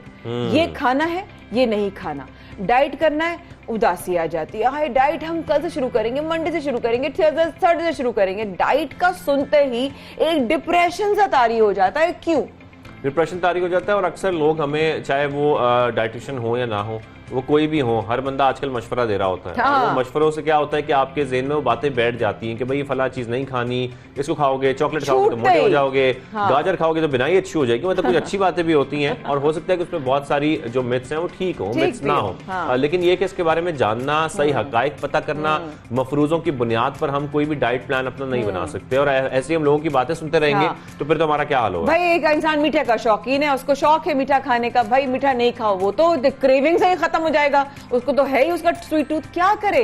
तो जब तक आपकी सही रहनुमाई नहीं होगी आपको कैसे पता चलेगा? आज हमने प्रोग्राम में बुलाया है clinical dietitian from Aga Khan university hospital की हमारे साथ मौजूद हैं, जो कि इस वक्त बहुत ज्यादा इस पर काम भी कर रही हैं और एक बेहतरीन क्लिनिकल डाइटिशियन भी। उनको खुशामदीद कहते हैं। अस्सलाम वालेकुम सना, पर हमारे साथ। Thank you so much for coming. Thank you so much for having me. नहीं, आप ये मिथ्स हैं सब, मैं एक एक करके मिथ्स आप मैं और शाहजहां की तरफ थ्रो करते जाएंगे और आपने आज जो है ना हलचल मचा देनी है। भाई सबसे पहले तो ये बताएंगे, लोग अक्सर ये कहते हैं कि ये खाओ ये ना खाओ, ये सेहत के लिए ठीक है, ये सेहत के लिए ठीक है, सब्जी खाओ ये नहीं खाओ, फला खाओ ये तो मसला हो जाएगा, चॉकलेट खाओगे तो मोटापा हो जाएगा। भाई एक इंसान की क्रेविंग है, वो मर रहा है और ऐसा कुछ शौक है गोश्त का, वो नहीं खा सकता, क्या करें? हमारा वैसे चॉकलेट में बड़ा जोर है, बहुत जोर है चॉकलेट में। प्लीज ओके, देखिए चॉकलेट्स, अगर हम चॉकलेट्स की बात कर लें तो चॉकलेट 10 तरह की होती हैं। सो जो सबसे मुजरे से है तो मिल्क चॉकलेट है, जो कि नहीं खानी चाहिए। बट अल्लाह मियां की तरफ से नेचुरल कोको है, जिससे डार्क चॉकलेट बनती है, जिसके हार्ट हेल्थ बेनिफिट्स बहुत अच्छे हैं, ब्लड सर्कुलेशन के लिए अच्छी है, एंटीऑक्सीडेंट प्रॉपर्टीज होती है, एंटी कैंसर है। तो अगर एक टुकड़ा डार्क चॉकलेट का ले लिया जाए, मगर आप हमेशा लेबल रीड करना सीखें कि उस पर लिखा हो कि 75% कोको है, 85% कोको है। आप जाके किसी मशहूर ब्रांड की स्वीटेंड डार्क चॉकलेट ना उठा के ले आए तो वो फिर फायदा नहीं करेगी। इसी तरह से कोई चीज़ खानी है नहीं खानी है, देखिए माया और शाहजेब, हम लोग बात करते हैं एविडेंस बेस्ड के ऊपर कि अगर इस पे फूड साइंस ने कोई रिसर्च की है तो हम कहेंगे हाँ जी ये अच्छी बात है। जैसे कि मैंने कहा डार्क चॉकलेट में पॉलीफिनॉल्स हैं, खाने चाहिए। या जैसे आपने गाजर की बात की कि वो बिनाई अच्छी करता है, इसके ऊपर भी स्टडीज हैं, लेकिन उसकी वजह से क्योंकि कैरोटिनॉइड्स उसमें होते हैं, लेकिन उसकी हर चीज़ की एक लिमिट मौजूद होती है। अगर आप ज़्यादा गाजरों का इस्तेमाल करेंगे तो हाइपर कैरोटिनीमिया हो जाता है, जिसकी वजह से पीलाहट आने लगती है बॉडी के अंदर। सही है, गाजर ज्यादा एक्सेसिव बाकायदा पीलापन आ जाता है बॉडी में, क्योंकि उसके अंदर पिगमेंट है कैरोटीन। आपकी पहली बात से मुझे लग रहा है कि बैलेंस डाइट होना, हर चीज का बैलेंस होना बहुत जरूरी है, बहुत जरूरी है। इसी तरह से लास्ट ईयर क्या हुआ था कि मैंने कुछ एक मिथ, जो कि आजकल के मौसम के हिसाब से स्ट्रॉबेरी की एक स्टार्ट हुई थी, बड़ी जबरदस्त वायरल क्लिप गई थी, जो कि बहुत गलत किया कि जी स्ट्रॉबेरी का शेक पीने से पेट खराब हो जाता है, क्योंकि स्ट्रॉबेरी में विटामिन सी है, दूध में कैल्शियम है, वो मिलेगा तो वो पेट खराब कर देगा। जबकि ऐसा कुछ साइंस ने प्रूव नहीं किया। विटामिन सी और दूध का अगर इंटेक ले लिया जाए और अगर पेट खराब होने लगते तो सबके पेट खराब हो रहे होते हैं। सो ऐसी बात नहीं है। इसी तरह से अंडे नहीं खाएं तो अंडे के अंदर जी कोलेस्ट्रॉल है तो वो ब्लड प्रेशर बढ़ा देगा। अमेरिकन हार्ट एसोसिएशन की गाइडलाइंस हैं कि एक नॉर्मल इंसान या इवन हार्ट का जो बंदा है, पेशेंट है, वो भी आराम से अंडे की जर्दी डेली बेसिस पे 1 एग यॉक कंज्यूम कर सकता है। हाँ, जिनको फैटी लिवर का मसला है वो एग यॉक से परहेज करें। ऑलराइट। तो डॉक्टर साहब, अच्छा अचानक डाइट के नाम पर लोगों के जिस तरह चेहरों पर चिकन पड़ना शुरू हो जाती है, वो डिप्रेशन तारी हो जाता है। डाइट का इज इक्वल टू आम इंसान की जुबान में अगर कहूँ तो समझते लोग फाका करना। हाँ, तो क्यों ये डिप्रेशन आ जाता है? किस बात का है कि क्यों डर जाते हैं कि भाई पता नहीं खाएंगे नहीं खाएंगे, मंडे से शुरू करेंगे? ये क्या माइंडसेट है? एक्चुअली डाइट तो वर्ड मैं मानती नहीं, पहली बात तो ये है। अच्छा, डाइट तो कोई वर्ड है ही नहीं। डाइट का मतलब क्या आता है? उबले हुए सब्जियां खाने या फाका। डाइट आपकी खुराक है, आप अच्छी डाइट लें, हेल्दी वेल बैलेंस डाइट लें। असल में हुआ ये है कि इंटरनेट पे पिछले कितने सालों से इतनी ज़्यादा डाइट्स आ गई हैं जिसे हम फैट डाइट्स बोलेंगे, ठीक है? उसका कोई फ़ायदा नहीं है, क्योंकि जो भी डाइट, जो भी फैट डाइट लॉन्ग टर्म नहीं फॉलो की जा सकती, वो सस्टेनेबल नहीं होगी, उससे आपको नुकसान होगा, आप छोड़ देंगे and you will come back to your old eating habits. अच्छा सर साहब, ये बताइएगा कि हमारे पास गूगल हर एक के पास अवेलेबल है, हर एक के फोन में है। हमें कोई चीज पूछनी होती है, कुछ पता करना होता है, कुछ खाना होता है, हम उस पर लिखते हैं, सर्च करते हैं, उसके हम न्यूट्रिशंस देखते हैं, उसके क्या इसके फवायद हैं, क्या नुकसान आते हैं और उसको लेना शुरू कर देते हैं। लेकिन एक्सेस अमाउंट ऑफ एनीथिंग वो भी नुकसानदेह है। जैसे कि हम जूसेस अगर इनटेक ज्यादा कर रहे हैं तो जूसेस का भी क्या नुकसान हो सकता है? बहुत ज्यादा इनटेक, हमें फल खाना चाहिए। हाँ, मेरे पास रोज patients literally, Maya and Shahzeb, रोज क्वेश्चंस आते हैं, जूस पी लें, जूस पी लें। देखिए, जूस अगर आप पीते हैं तो आप एक गिलास में 4-5 फ्रूट्स तो डालेंगे ना, और उसका एक्सट्रैक्ट निकल गया, आपने फाइबर मिस कर दिया, आपने पूरी जूस की जो अपनी शुगर थी, फ्रक्टोज, वो ज्यादा चली गई। कितने लोगों को प्री डायबिटिक हो जाते हैं ज्यादा जूस पीने से, ज्यादा खजूरें खाने से। सो फ्रूट्स की जो एक इनटेक बताई गई है, 2 से 3 फ्रूट्स पर डे एक नॉर्मल हेल्दी पर्सन कंज्यूम कर सकता है, बट फ्रूट को खाएं बजाय उसका जूस बना के पीने के। अगर आपको जूस पीने का बेइंतहा शौक है तो आप सब्जियों का जूस क्यों नहीं बनाते? आप कैरेट ले लें, क्यूकम्बर्स ले लें, टमेटोज ले लें, बीटरूट डाल दें, इसको आप जूसिंग करके अगर ले लेंगे तो आपको शुगर की जो हम लेवल पे बात करें ना कि शुगर इंटेक ज्यादा जाएगा, वो कंट्रोल में आ जाएगा। लेकिन ये गूगल की वजह से हर बंदा जो न्यूट्रिशनिस्ट बन रहा है आजकल, इसके जरा बताएं ये कितना नुकसानदेह है। देखिए, गूगल पे भी हर चीज सही नहीं है। इवन जब सर्च इंजन पे हम जाते हैं तो उस पे भी हर चीज सही नहीं आ रही होती। सो या ये कि मतलब फॉर एग्जांपल अगर आप एक एक्सपीरियंस से गुजरे, आप दूसरों को बताना शुरू हो गए, दिस इज रॉन्ग। आपको पता होना चाहिए। इवन मैं कहती हूँ जो लोग हैं उनको भी सेंस दिमाग में चलाना चाहिए कि जो अगला बंदा मुझे बता रहा है वो कितना सही है, उसकी क्रेडिबिलिटी क्या है। जैसे ग्रीन टी के ऊपर बड़ा जोर होता है, ग्रीन टी पियो, ग्रीन टी पियो, ग्रीन टी पियो, क्या है ये? कितने मैंने ऐसे देखे जो हर खाने के बाद ग्रीन टी, हर खाने से पहले green tea is good for digestion, मगर कोई स्टडी ये नहीं कहती कि उससे वजन कम होगा। अच्छा, कोई स्टडी नहीं कहती, ये ऑन रिकॉर्ड जा रहा है, ऑन रिकॉर्ड जा रहा है। कोई स्टडी ऐसी नहीं कि ग्रीन टी पीने से वजन कम हुआ। हाँ, अगर आपने ग्रीन टी के साथ डाइट बहुत अपनी कम कर दी, क्योंकि जाहिर है क्योंकि कैफीन है, आपकी एपेटाइट सप्रेस कर देगी, आपको भूख नहीं लगेगी, आप खाना नहीं खाएंगे, आपका वजन कम होगा। आप समझ रहे हैं मेरा ग्रीन टी से वजन कम हो रहा है। ग्रीन टी चर्बी नहीं पिघलाएगी, ग्रीन टी नहीं पिघलाएगी। चर्बी आपकी पिघलती है या तो एक्सरसाइज करने से या प्रॉपर इंटरमिटेंट फास्टिंग की तरफ। अच्छा, गर्म पानी का इस्तेमाल कहा जाता है कि अगर किया जाए तो वही बेहतर है। It's again good for digestion, but again hot water या इवन लेमन डाल के वो चर्बी नहीं अंदर से बहुत ज्यादा कहते हैं लेमन पियो, ये कियो, नहानो पियो, है ना शायद कितना बोला जाता है। Lemon juice is good for your kidney stones, लेना चाहिए, पर डे 1 लेमन जूस ले सकते हैं, लेकिन एक्सेसिव इंटेक वही बात है, बोन्स को वीक करेगा या 10 मसलों में आप फंसेंगे। अच्छा सना साहिबा, जिस तरीके से कीटो डाइट, इतने दिन का चैलेंज और फला चैलेंज, ये सारे चैलेंजेस होते हैं, ये कितने बड़े चैलेंज बन जाते हैं लोगों के लिए, ये बताएं जरा। देखिए, मैं बताऊं Shahzeb, being a qualified clinical dietitian, keto diet हमारे लिए निकली नहीं थी। कीटो डाइट एपिलेप्टिक लोगों के लिए बनाई गई। बिल्कुल, लेकिन इसके साइड इफेक्ट्स हैं ये कि वेट लॉस इंड्यूस कर सकती है। जिन लोगों ने सक्सेसफुली वेट लॉस कर लिया वो क्लेम कर रहे हैं कि इससे कुछ नहीं होता। मेरी इतने 4-5 साल से मैं खान हॉस्पिटल में क्लिनिक्स कर रही हूँ, मेरे पास कोई 3-4 केसेस तो ऐसे आए हैं जिनमें किडनी रीनल फेलियर, हाइपर ट्राइग्लिसरीडीमिया यानी कि ट्राइग्लिसराइड्स का बढ़ जाना, क्योंकि वो जो कॉफ़ी में इतनी क्रीम है और मक्खन डाल के लोग लेते हैं, प्लस मल्टीपल न्यूट्रिशनल डेफिशिएंसीज के साथ लोग आए हैं। तो वेट तो आपका कम हो रहा है, मगर आप कितने साइड इफेक्ट्स का शिकार हो रहे हैं वो आपको नजर नहीं आ रहा। हर कोई तो डाइटिशियन नहीं होता ना। फिर ये कि ये सस्टेनेबल डाइट नहीं है। क्यों डाइट सस्टेनेबल नहीं है? क्योंकि आप कितने अरसे एक फ्रूट के ग्रुप को निकाल के जिंदा रह सकते हैं, यानी इतने सारे फ्रूट्स को आप निकाल दें, आप बेरीज को इस्तेमाल करें। अब बेरीज कितनी महंगी हैं, बहुत महंगी है। सो कीटो डाइट इज एक्चुअली, और जिन लोगों ने करी है मेरे पास जो वेट लॉस के लिए आते हैं, वो कहते हैं हमने कीटो की 3 महीने की छोड़ दी।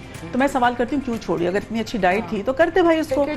It's expensive, it's not sustainable. अच्छा, हमें ये चीज़ भी समझना ज़रूरी है कि हम अक्सर जब हम डाइटिशियंस के पास जाते हैं या उनसे रब्ता करते हैं तो हमें ऐसे फल या ऐसी डाइट बता रहे होते हैं जो इजीली मार्केट में अवेलेबल नहीं होते हैं कि जी फलां जगह पर ये फल पाया जाता है। ये समझना सना साहिबा बताइए कितना ज़रूरी है कि हमें सीजनल फ्रूट्स की तरफ ज़्यादा जाना चाहिए। बिल्कुल ऐसे ही चीज़ अवेलेबल है, देखिए जो चीज़ अवेलेबल है वही आप, और देखें जो डाइट कौन सी आपको फायदा करेगी। अगर आप लेट सपोज कोई डाइटिंग पे आते भी हैं, वो डाइट जो आप अफोर्ड कर सकें, जो आप लॉन्ग टर्म चला सकें। अगर कोई चीज आप आउट ऑफ द वे जाके, महंगाई इतनी, आप अपना राशन अलग लेकर आएंगे, घर का राशन अलग आएगा, वो आप एक दिन खाएंगे फिर कभी नहीं आप खाएंगे, नहीं कर सकेंगे फॉलो। तो आपके लिए जरूरी है कि आप उसको फॉलो करें जो आप कंटिन्यू कर सकते हैं। और साइंस भी कहती है कि जो चीज आप साइकोलॉजिकली एक्सेप्ट नहीं करते हैं अपनी बॉडी को, आपकी बॉडी उस पर रिस्पॉन्ड नहीं करती।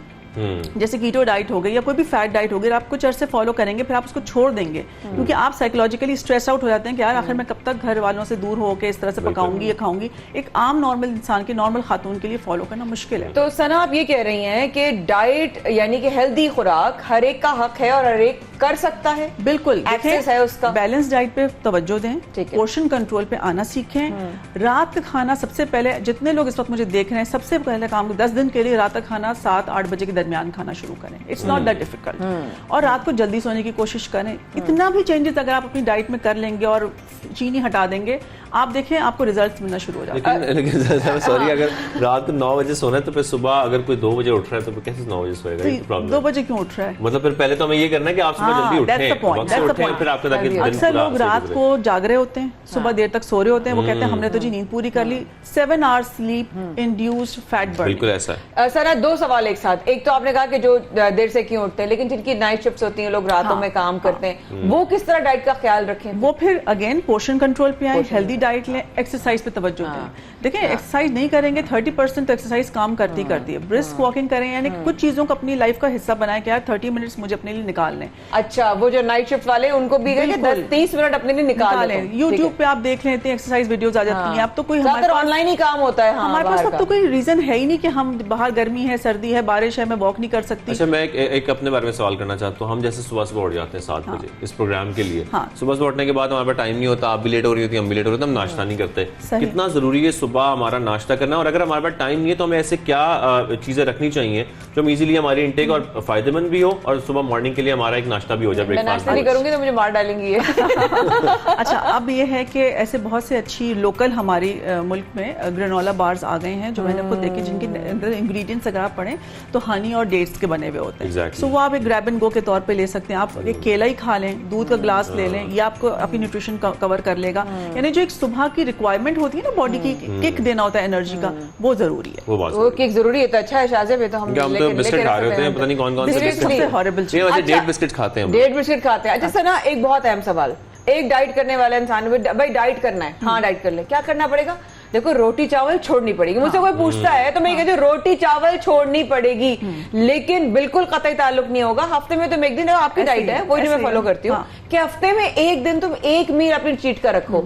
लेकिन जैसे ही चावल और रोटी छोड़ने की कोई बात कर देना तो उनको ना मतलब वो हो जाता है, आ जाती है। देखिए मैं ये समझाना चाहती हूँ क्योंकि कार्बोहाइड्रेट्स जो होंगे ना पानी रिटेन करेंगे, कार्बोहाइड्रेट भी नहीं छोड़ सकते। ठीक है, कार्बोहाइड्रेट्स पानी रिटेन करते हैं, तो कुछ अरसे के लिए आपको ये चीजें कम करनी पड़ती हैं। बिल्कुल जीरो पे नहीं लाने को कह रहे कि आप हफ्ते में एक दफा चीट मील का कॉन्सेप्ट क्यों हम देते हैं, इसलिए देते हैं ताकि आपको एक रिलैक्सेशन हो।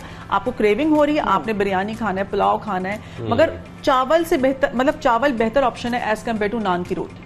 नान की रोटी जो आप खाते हैं इतनी ज्यादा खमीर और व्हाइट फ्लावर, उससे बेहतर है कि आप नॉर्मल राइस का पोर्शन ले लें विद लॉट्स ऑफ प्रोटीन और सैलेड। यानी कि बिल्कुल नहीं छोड़ने की जरूरत है, छोड़ने की जरूरत नहीं है। आप इतना कर सकते हैं कि आप उसको हफ्ते में एक दिन अपना मील बना लें। हाँ बिल्कुल ठीक है। और साथ में जैसे कि हम डाइट का जिक्र कर रहे हैं तो हम अक्सर ये करते हैं कि सुबह आने के बाद भी यहाँ पर हम या तो चाय पी रहे होते हैं या कॉफी पी रहे होते हैं, ब्लैक कॉफी, खासतौर पर खाली पेट कॉफी पीना क्या फायदेमंद है, नुकसानदेह? Advisable at all. बड़े लोग लिख रहे हैं, डॉक्टर साहब बड़े न्यूट्रिशनिस्ट डाइटिशियनिस्ट लिख के दे रहे हैं डाइट में, इसलिए देखिए एक normal healthy person maximum 2 to 3 cups of caffeine ले सकता है पर डे, ठीक है। अच्छा, ठीक लेकिन खाली पेट ब्लैक कॉफी लेना या चाय लेना इट्स नॉट एडवाइजेबल। अगर आप ब्लैक कॉफी के इतने शौकीन है, आप प्री वर्कआउट ले लें, एक्सरसाइज से आधा घंटा पहले ले लें, आपका मेटाबॉलिज्म अच्छा हो जाएगा, आपकी एक्सरसाइज अच्छी हो जाएगी। लेकिन जिस तरीके से हम देख रहे हैं कि हम ये सारी चीजें करते हैं, हम सुबह कैफीन भी लेते हैं खाली पेट, हमारी डाइट भी वो नहीं होती, हम सीजनल फ्रूट्स भी नहीं खा रहे होते। अगर आप लेट्स से चाय या कॉफी लेना भी चाह रहे हैं ना, साथ में थोड़े से नट्स लें ताकि बॉडी में कोई एक अच्छा हेल्दी फैट जाए और वो न्यूट्रिशन की आपकी जो है ना कमी को पूरा करे, ना कि एकदम से कॉफी चली गई अंदर। और साथ में सना साहब ये समझना बहुत जरूरी है, हमारे यहाँ बड़ी प्रॉब्लम है कि कोई डायबिटिक पेशेंट है, कोई हार्ट का पेशेंट है, किसी को कोई और प्रॉब्लम है, हम तमाम लोग सिर्फ एक ही डाइट को फॉलो कर रहे होते हैं। हमें अपने बारे में समझना कितना जरूरी है कि हमारी बॉडी की रिक्वायरमेंट क्या है और हमें क्या चीज की इंटेक ज्यादा रखनी, अलग अलग रिक्वायरमेंट होती है। डायबिटीज में भी 10 फेजेस होते हैं, किसी को ज़्यादा डायबिटीज़ इंसुलिन पे चले जाते हैं। इवन हार्ट पेशेंट से भी ज़रूरी नहीं डिपेंड करता, किसी के ट्राइग्लिसराइड लेवल ज़्यादा सही है, किसी के गलत है, तो सबकी लैब रिपोर्ट्स देख के उनका कस्टमाइज डाइट प्लान बनाया जाता है। इसलिए हम कहते हैं कि एक जो हमारी क्लिनिकल न्यूट्रिशनिस्ट होते हैं वो बहुत जरूरी है, ताकि वो आपके केस को समझने के बाद आपको डाइट प्लान जो भी लैब्स होती हैं, सबसे बड़ी बात है क्लिनिकल लैब्स को देखकर कोई भी डिजीज के हिसाब से, कोई रीनल का इशू है, कोई किडनी का पेशेंट है, डायलिसिस पे है, नहीं डायलिसिस पे है, सबकी अलग अलग रिक्वायरमेंट होती है। बिल्कुल ठीक है। तो यानी कि डाइट का मतलब फाका नहीं होता, डाइट मतलब खुराक, healthy well balance diet, lifestyle modification, इसको समझना पड़ेगा। आपसे अगर डॉक्टर साहब किसी ने मिलना हो तो वो आखान पे आके, आखान हॉस्पिटल में थर्सडेज एंड फ्राइडेज क्लिनिक होती है, आप अपॉइंटमेंट ले सकते हैं, कॉल और ऑनलाइन आपसे राब्ता हो सकता है, आप इंस्टा पे हैं? इंस्टा पे मैं अवेलेबल हूँ, आप मेरा न्यूट्रिशनिस्ट सना असफर का पेज लाइक कर लें और फिर आप उसको फॉलो करना शुरू ठीक है। Alright, thank you so much for your time, thank you so much for your time. But वही वाली बात है कि ये तमाम शुरू में कहा था, हम गाहे बगाहे हेल्थ से रिलेटेड इसलिए सेगमेंट्स करते हैं ताकि आप और मैं इस वक्त में जहां पर महंगाई भी बहुत ज्यादा है, ऑब्वियसली स्ट्रेस लेवल भी बहुत ज्यादा है, उसमें हमें वो डाइट जो हम अफोर्ड कर सकें, हमें कैसे चूज करनी है और हम कैसे उसकी तरफ बढ़ सकते हैं और एक हेल्दी लाइफस्टाइल जी सकते हैं। हमारे साथ रहेगा और इस प्रोग्राम में बहुत कुछ बाकी। सवेरे पाकिस्तान में शाहजेब और माया अभी गए और अभी आए।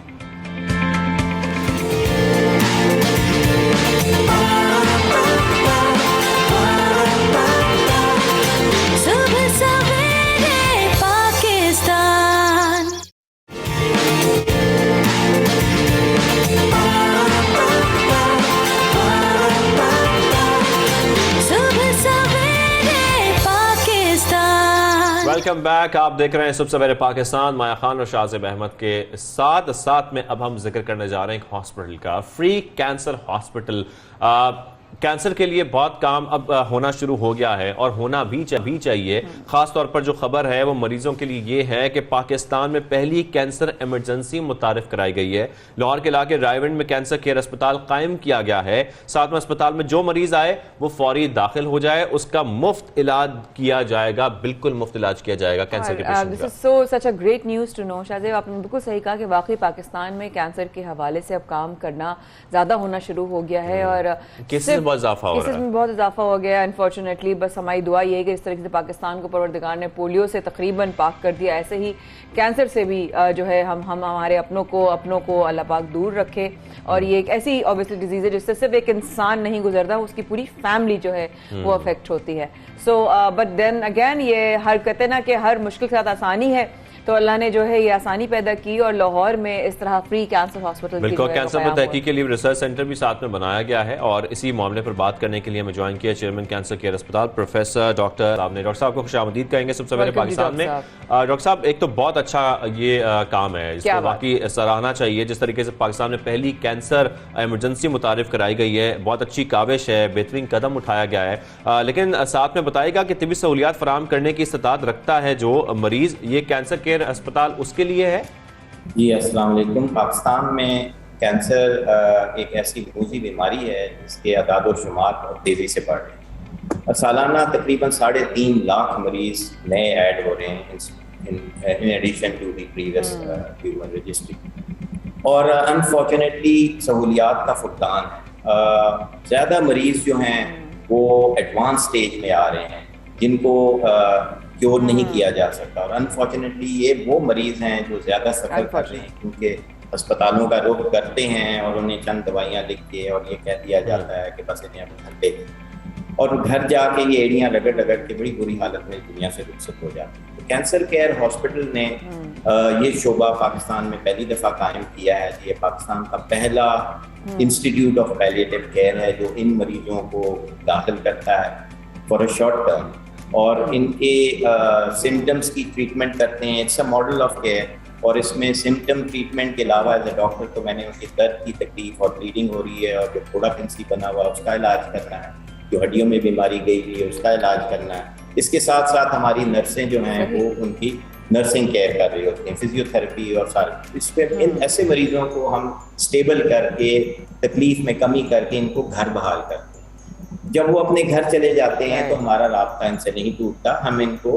कंटिन्यूटी ऑफ केयर प्रोवाइड करते हैं। ऑनलाइन भी इनके साथ होते हैं और इसके अलावा जिस वक्त भी जरूरत हो तो इनको हम from home bed to the hospital bed दोबारा वापस ले आते हैं। तो इस तरह ये मरीज अपने 6 महीने या 1.5 साल जितनी भी उनकी ज़िंदगी है, इसमें जब भी उसको ज़रूरत होती है वो आ जा सकता है। तो ये एक बहुत बड़ी सहूलियत है जो ऐसे मरीजों के लिए। जी जी वाह जी डॉक्टर, आज आपने इतने अच्छे तरीके से बताया वाकई में कि उनको अकेला, ओबियसली एक ऐसा मर्ज, फिर उसमें तन्हा ना छोड़ना, और जब इलाज हो रहा हो ना सिर्फ उस वक्त तक बल्कि फॉलो थ्रू उनके साथ रखना, फिर उनका साइकोलॉजिकली, फिर उनका फिजियो, वो सब कुछ होता है। और मैं इसलिए वाकिफ हूँ कि I have seen cancer survivors and obviously जैसे कैंसर से जिनकी हम बात हो गई अपनी मेरी फैमिली में, मेरे सगे भाई का भी और खाला का, काफ़ी लोग, तो अनफॉर्चुनेटली काफ़ी महंगा होता है ये इलाज डॉक्टर साहब। और जब आपने ये फ्री अस्पताल जिसका आगाज़ आप लोग ने किया माशाल्लाह से, जो लोग आते हैं जिनकी मदद होती है, उनके तासुरात क्या होते हैं? अच्छा जी, मैं थोड़ा सा और भी इस अस्पताल के तारुफ में बताता चलूँ कि ये एक चैरिटी प्रोजेक्ट है, ये रजिस्टर्ड ट्रस्ट है और इसके बोर्ड ऑफ ट्रस्टीज हैं, और हमारे 2 ही मिशन स्टेटमेंट हैं। पहली ये कि treatment will be totally free for all deserving patient, यानी मुस्तहक मरीजों का इलाज फ्री होगा।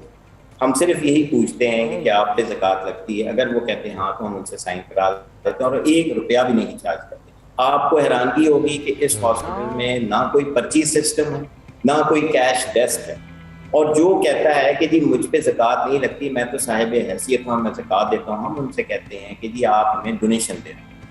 तो ये हमारा 2 मिशन स्टेटमेंट है, totally free treatment and nobody will be refused irrespective of the stage of disease, यानी आपकी बीमारी चाहे 3री स्टेज में हो, 4थी स्टेज में हो, हम उन मरीजों को भी लेते हैं।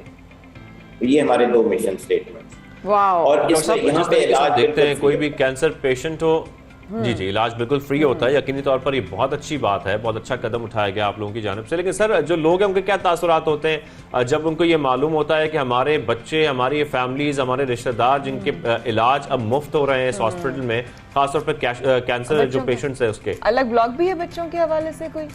बिल्कुल जी, डॉक्टर साहब से हम पूछते हैं कि तो डॉक्टर साहब उनके क्या तासुरात होते हैं आपको मिलते हैं? मरीज ज़ाहिर है इससे मुस्तफीद होते हैं, और वो अक्सर जो हमारे पास मरीज आते हैं वो इस काबिल नहीं होते हैं कि जी वो कोई खर्चा कर सकें, और दूसरे अस्पतालों से रिजेक्ट हुए होते हैं, तो वो हमारे पास आते हैं और फ्री ट्रीटमेंट से वो बहुत खुश होते हैं। और अल्हम्दुलिल्लाह कैंसर केयर हॉस्पिटल में अभी हमने एडवांस कैंसर के मरीजों का दाखिला भी शुरू कर दिया है, और जैसे आपने तारुफ में बताया कि हमारी इमरजेंसी बन गई है, कोई ऐसा पेशेंट जो कैंसर इमरजेंसी हो उसको हम फौरी तौर पे वहाँ पे डील करते हैं, और ज़रूरत पड़े तो उन्हें दाखिल भी कर देते हैं।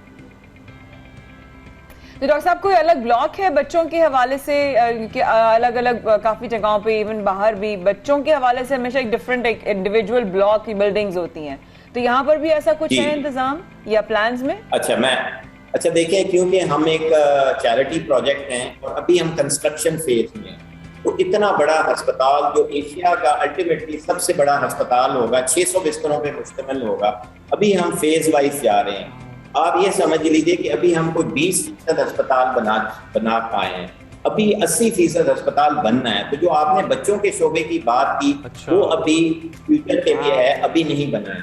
तो बहुत से ऐसी सहूलियात हैं जो अभी फौरी तौर पे नहीं दिख पा रहे हैं। डॉक्टर साहब, जब आप जिक्र कर रहे हैं कि 20% अभी तक मुकम्मल हुआ है, 80% मुकम्मल होना बाकी है, ये बाकी हम उम्मीद करते हैं जल्द मुकम्मल हो, लेकिन साथ में बताइएगा इस वक्त फ्लो क्या है पेशेंट्स का? जो 20% तैयार हो गई हैं, जो फैसिलिटीज अवेलेबल हैं, उसमें कितने पेशेंट्स रोजाना की बुनियाद पर आ रहे हैं, या अगर हम हफ्ते की बात करें या महीने की बात करें खासतौर पर? जी अच्छा जी, मैं फिर आपको सहूलियात का बताता चलूँ जो अभी यहाँ पे मुयस्सर है।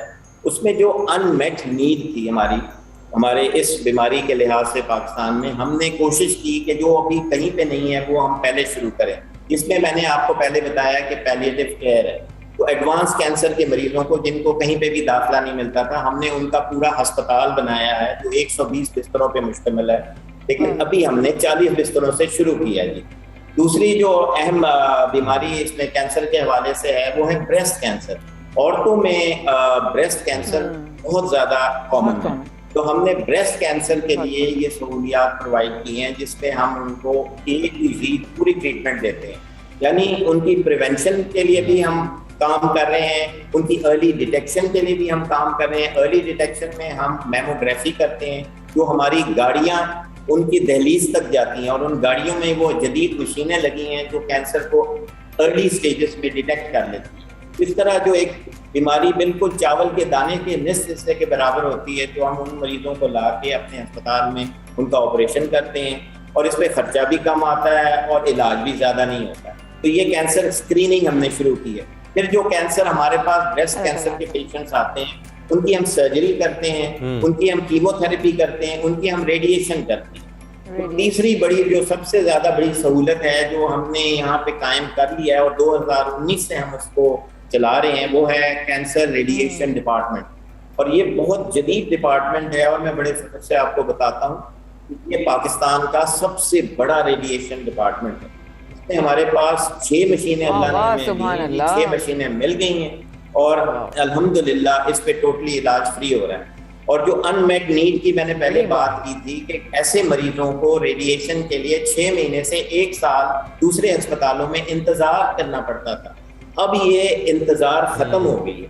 हमारे पास मरीज आता है तो हम 1 हफ्ते के अंदर उसकी रेडिएशन शुरू कर देते हैं। तो हमारे पास इस वक्त मरीजों का फ्लो ऐसे है कि जी फ्रंटियर से, कराची से, अफगानिस्तान से मरीज आ रहे हैं। वाह वाह वाह। अच्छा डॉक्टर रियाज साहब, यहाँ पर मैं एक बात और पूछना चाहता हूँ। जिस तरीके से हम ये देख रहे हैं कि पाकिस्तान में भी और वैसे तो दुनिया भर में, अगर पाकिस्तान की बात की जाए, कैंसर के पेशेंट से बहुत इजाफा हो रहा है और साथ में हमने ये भी बीच में खबर पड़ी कि कैंसर पर तहकीक के लिए रिसर्च सेंटर भी बनाया गया है। खास तौर पर कैंसर के लिए क्या रिसर्च की जा रही है? अच्छा जी, अभी हमारा रिसर्च ब्लॉक जो है वो मुकम्मल नहीं हुआ है। इंशाल्लाह जब ये अस्पताल मुकम्मल हो जाएगा, हमने अभी आदादो शुमार इकट्ठी करें। जिस तरह मैंने आपको बताया कि जी हम मेमोग्राफी कर रहे हैं, हमने पूरे पाकिस्तान में हमारी गाड़ियां जाती हैं और हमने 3 सालों में 42,000 मेमोग्राफीज की हैं। 42,000 एक बहुत बड़ी तादाद है। इससे अभी हमारे जो डॉक्टर्स हैं वो उस पर रिसर्च कर रहे हैं कि किस उम्र में और किस उम्र के हिस्से में जो है ये बीमारी ज्यादा कॉमन है और किस रीजन में इसकी क्या प्रेवलेंस है, इसकी कॉजेज क्या है, इस पर भी बहुत काम होना बाकी है। तो अभी ये हमारा आगाज है। बिल्कुल सही। थैंक यू सो मच रियाज, हमारे साथ मौजूद फ्री कैंसर हॉस्पिटल से। और ऑब्वियसली आपको साथ साथ दुआओं के साथ मुबारकबाद कि आप मुस्तहक हैं, आपकी पूरी टीम किस तरह आप लोग इस इदारे को लेकर चल रहे हैं। पाकिस्तान में पहली कैंसर इमरजेंसी आपने मुतारिफ करा दी, जिसके लिए हम सब की तरफ से बहुत सारी दुआएं और बहुत बड़ा काम कर रहे हैं। और इंशाल्लाह इस तरह आपने कहा कि सिर्फ अभी 20% काम हुआ है और 80% काम अभी भी बाकी है। इंशाल्लाह जब वो हो जाएगा पता भी नहीं चलेगा। तो बहुत सारी दुआएं and thank you so much हमारे साथ शामिल होने के लिए। प्रोग्राम को आगे लेके चलते हैं और थोड़ा सा जो है वो मूड को शिफ्ट करते हैं। ट्विस्ट करना चाह रही हैं हम? ट्विस्ट तो कहानी में होता है, शिफ्ट करना चाह रही हूँ। शिफ्ट करना चाह रही है, तो जब माया शिफ्ट करना चाह रही है तो फिर हम और कोई बात नहीं करते, हम उसको शिफ्ट कर देते हैं। तो हम प्रोग्राम के अब आगे बढ़ रहे हैं और बात करने जा रहे हैं गुलकार की।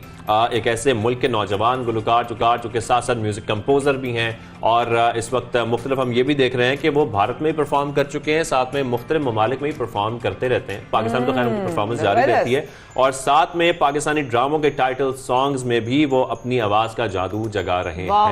तो हम जिक्र कर रहे हैं वजी फारूकी का, जो कि हमें शो में ज्वाइन कर चुके हैं। अस्सलाम वालेकुम, कैसे हैं आप? खैरियत से? बिल्कुल सही, आप कैसे? ठीक है, thank you very much for joining. वजी, सबसे पहले तो ये बताएं कि बल्कि बताएं क्या, सबसे पहले तो कुछ सुनाएं, बाद हम बातें करेंगे सारी। क्या सुनाने जा रहे हैं आप प्रोग्राम के आगाज में हमें?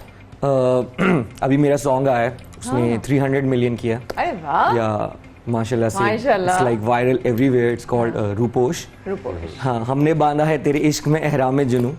तो वो से स्टार्ट करते हैं। बिल्कुल बिल्कुल स्टार्ट करते हैं। सो मैं वैसे ही आपको 2 लाइन सुना देता हूँ एंड देन 2-3 लाइंस आप सुनाना। ओके। हमने बांधा है तेरे इश्क में एहराम जुनू, हम भी देखेंगे तमाशा तेरी लैलाई का हो के रूपोश। क्या बात है, क्या बात है। अब वो आया ना हमारा जज्बा सवालात करने का, अगर हम पूछें कि भाई कहानी क्या चल रही है, वार्म अप हो गए हम लोग। तो अब जरा बताएं कि गुलकारी और साथ साथ म्यूजिक कंपोजिंग पे साथ साथ आपके टाइटल सॉन्ग्स भी चल रहे हैं, क्या कुछ चल रहा है अभी? सबसे पहले तो ये बताएं। मेनली कॉन्सर्ट्स चल रहे हैं, आप देख सकते हैं। शुक्र है कॉन्सर्ट चलना शुरू हुए पाकिस्तान में। सुबह सुबह हमारे लिए तो बिल्कुल सुबह है। ये तो सोने का टाइम होता है यूजुअली। तो कॉन्सर्ट्स चल रहे हैं, टूर्स।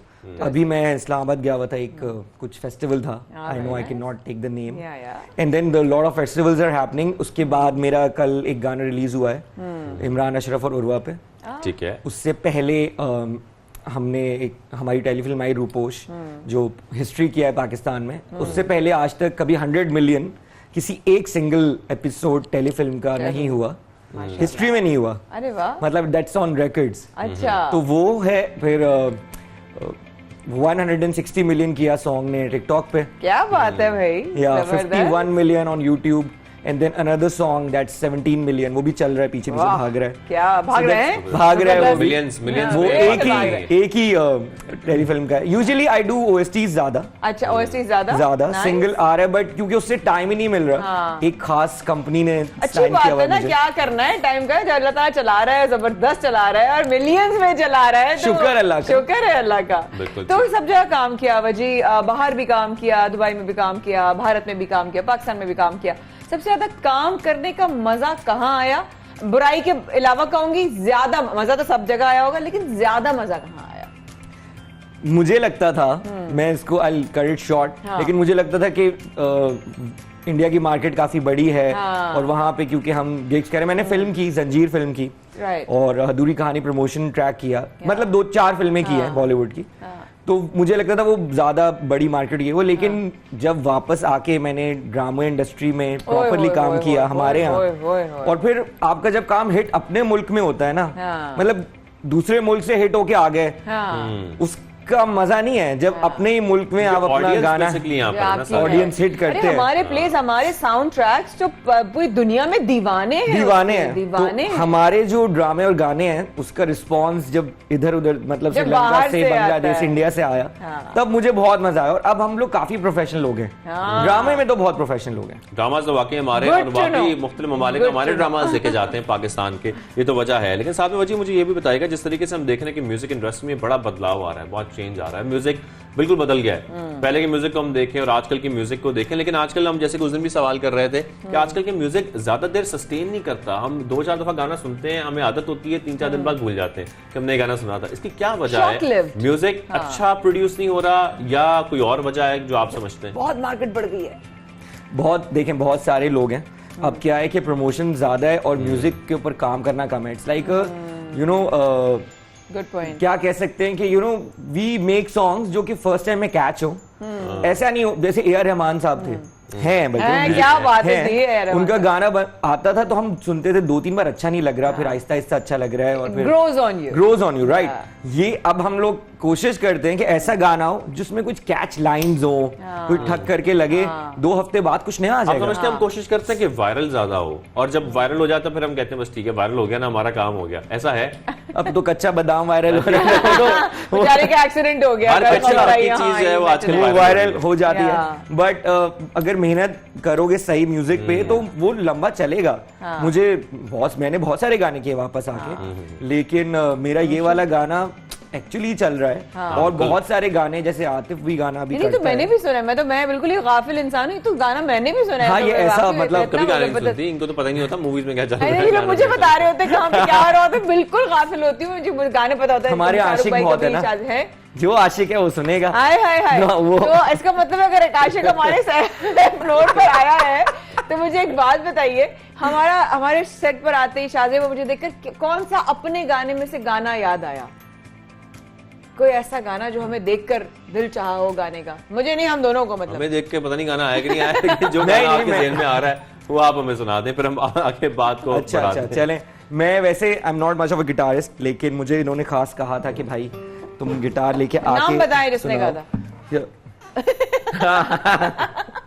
आपकी टीम में से किसी ने कहा था, और ये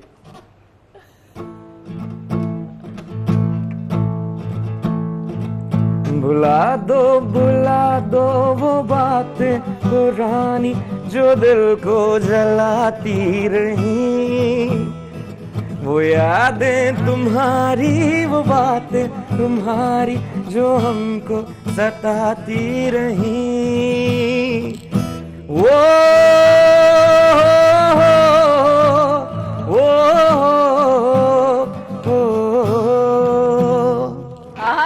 also my song. मैं अभी फिल्म में जाना शुरू हुआ था, ये भी आपने मैंने गाना सुना लिख दिया। है। हाँ, मैं तुम्हारे गाने कैसे सुन लिए, मैं तो हैरान ही हो गई मुझे। मेरा ये गाना हिट हुआ, हाँ। और उसके 10 साल बाद अब ये वाला रूपोश हिट हुआ है। क्या बात है भाई। और बुला दोनों मैंने दो सुने। हमने इतना सुना है, हमारे फोन्स में, हमारे लैपटॉप्स में, हमारी गाड़ी में, हर जगह हम बुला दो गाना किसको सुना हुआ है। बुलाना चाह रहे बस हम थे? बुला है ना, एक बार भुला दो हो गया, एक बार हमने बांधा है तेरे इश्क में हो गया है। अच्छा, मुझे हंसी इस बात पे आई, जैसे आपने सुर पकड़ा ना, मैंने कहा हम दोनों को देख के ये गाना याद आया, भुला दो बातें बुला दी हैं। अच्छा, जो नए सिंगर्स खासतौर पर आजकल आ रहे हैं वजी, और हम देख रहे हैं अब तो एक ऐसा हमें इम्तजाज नजर आ रहा है कि हर गाने में हम क्लासिकल सिंगिंग भी एक बार फिर हम देख रहे हैं कि परवान चढ़ रही है। नए सिंगर्स में क्लासिकल सिंगिंग भी की जा रही है, रैप में भी बहुत आगे आ रहे हैं, एक अच्छा इम्तजाज बनाया जाता है और पूरा म्यूजिक प्रोड्यूस किया जाता है। आजकल की सिंगिंग को आप कैसे देख रहे हैं? क्या उसमें मजीद बेहतरी की जरूरत है, या आप समझते हैं कि अब हम इस स्केल पे आ गए हैं कि अब हम पड़ोसी ममालिक के साथ भी बड़ा जबरदस्त मुकाबला कर सकते हैं, या उनसे भी बेहतर हो चुके हैं? इंडिया का हमसे मुकाबला, मतलब उन लोगों के हमारा जो म्यूजिक था, मुकाबला ही नहीं था। वो लोग तो अजीब किस्म का म्यूजिक बनाते थे, म्यूजिक हमने सिखाया उनको, मतलब प्लेज हमने सिखाए, हमने उनको सिखाया कि मतलब वो अभी भी हमारे ड्रामे क्या होते हैं, फतेह अली खान साहब के गाने गाते नहीं, म्यूजिक होता क्या है, जो वो तो बकवास किस्म का म्यूजिक बनाते थे। 2006 में आतिफ असलम का जब आदत आया, उनको समझ आया कि भाई म्यूजिक तो बदल गया है, अब ऐसा म्यूजिक चलेगा। सो हम लोग हमेशा से ट्रेंड सेटर तो पाकिस्तान ही रहा है, it's just that they have more promotional platforms, वो ज्यादा प्रमोशन करते हैं, लग भी जाते हैं। तो हम लोगों को जब फोकस, हमें अपनी स्ट्रेंथ का आइडिया नहीं था, हमारे पास कितना टैलेंट है। कहते वहां पे मैं था ना, तो मैं करण जौहर के ऑफिस में था, and then somebody said that हमारे सिंगर्स वहां इसलिए चलते क्योंकि हमारी बड़ी कच्ची आवाजें हैं। हमारी आवाजें जो होती है ना, हमारी कच्ची आवाजें होती हैं, बड़ी मजेदार कान को लगती हैं। तो म्यूजिक यंगस्टर्स को कनेक्ट करेगा तो आगे बढ़ेगा। मतलब आपके घर पे बच्चे होंगे, वो कहेंगे अम्मा अब्बा को ये म्यूजिक चल रहा है, गाना चल रहा है, तो सुनेंगे। तो वहां से तो हमारे कंपैरिजन था नहीं, हम रैप में आ गए। मतलब मैं उनको मानता ही नहीं, वो तो हमारे म्यूजिक पे चलते हैं। आधे ज्यादा गाने तो जुबिन नौटियाल ने हमारे चोरी किए हुए, मतलब खान साहब के, इवन उनकी ज्यादातर मूवीज हमारे अपने, उसका कैरियर ही खान साहब के गानों पे बन गया।